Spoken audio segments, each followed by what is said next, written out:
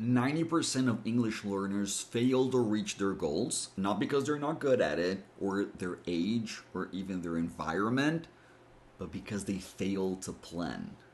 And by failing to plan, they don't see the results they want. And then they give up. So today, let's make sure you're part of the 10% that actually make it. And if you're going to do this and become part of the 10%, write 10% in the comments so I know you're committed. And today, I'm going to show you exactly how to do this. We're going to create a study plan so you know exactly what to do to reach your goal. It's not hard. It's only going to take you 10 minutes a day, but you have to do it at least 5 times a week. So let's begin. We're going to split this into 5 days. And each day you'll have a different task to practice. The first day, I'm going to call it physical. And the reason we're starting with this one is that if your jaw, lips, tongue, and soft palate, which is that muscle at the back of the roof of your mouth, are moving the way you move when you speak your first language, then everything will be much harder. So the first thing you have to do is to find someone whose speaking style you like. We're going to call this person your model. Now I want you to find a video with that person. Once you do that, you're going to pick 1 minute of this video and you're going to watch it. As you're watching, you have to pay attention to how your model is moving their lips, their jaw, and their tongue. Day 1 is not the day to focus on sounds or words or anything like that. Day 1 is when you get to explore your facial muscles. You'll have plenty of time to explore everything else later. So as you're watching the video, the one you picked, try to start using your facial muscles just like your model. This is day 1, and I like to think of day 1 as your warm-up day. Day 1 is when you start realizing how different you actually move when you're speaking different languages. If you want to take this seriously, I suggest you grab a mirror so you can watch yourself moving. It's going to feel like you're moving a lot more than you actually are. Even if you feel like you're moving like this, you're probably moving like this. And let me tell you something. Do not skip this step. Do this for 10 minutes. That's all it takes. 10 minutes. Day 2, we're going to start paying attention to pronunciation. But you're not going to pay attention to your voice, and that's why you're going to whisper the whole time. When you do that, you're able to open more space in the back of the mouth, and it's easier to actually move, so you can use the movements you used on day 1. You can use the same video you used before, so you don't have to find the new video unless you want to. If you do that, that's totally fine. So I'm assuming you have your video.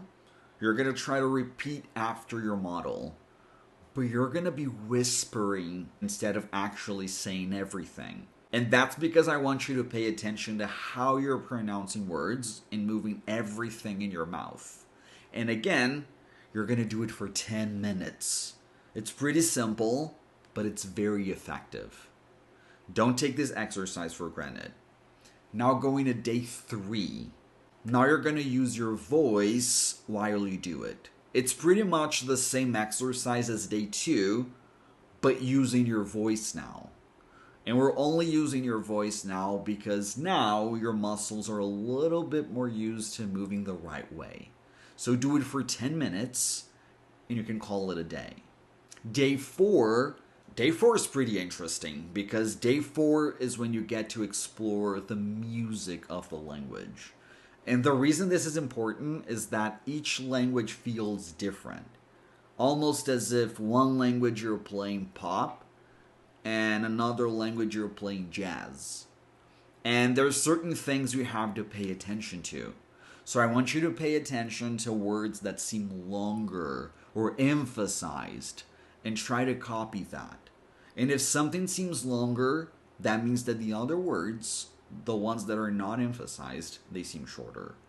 And the way we do that is by changing the vowel sounds in those words to a schwa sound, which is that sound we have.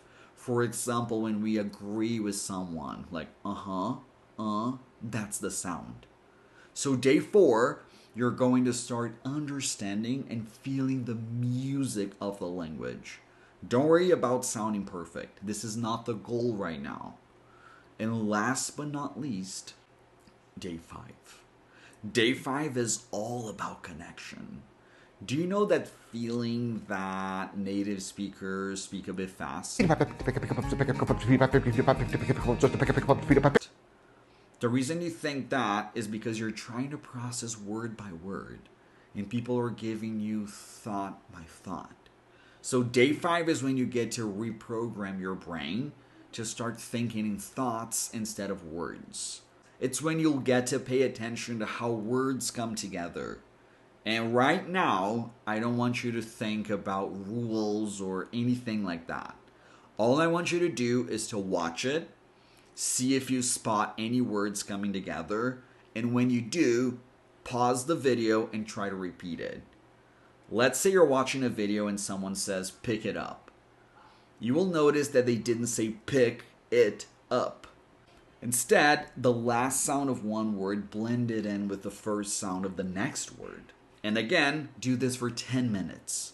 That's your complete 5-day plan. 10 minutes a day, 5 days a week. If you do this, you're going to see massive change in how you sound and how you feel when you speak English. Remember what I said at the beginning, 90% of people fail because they don't have a plan. But now you can be part of the 10% that actually make it. Consistency is the secret here. You just have to show up for those 10 minutes. Make sure to subscribe so you don't miss my next video. Thanks for sticking with me to the end, and I'll see you in the next video. Oh, I'm slipping away,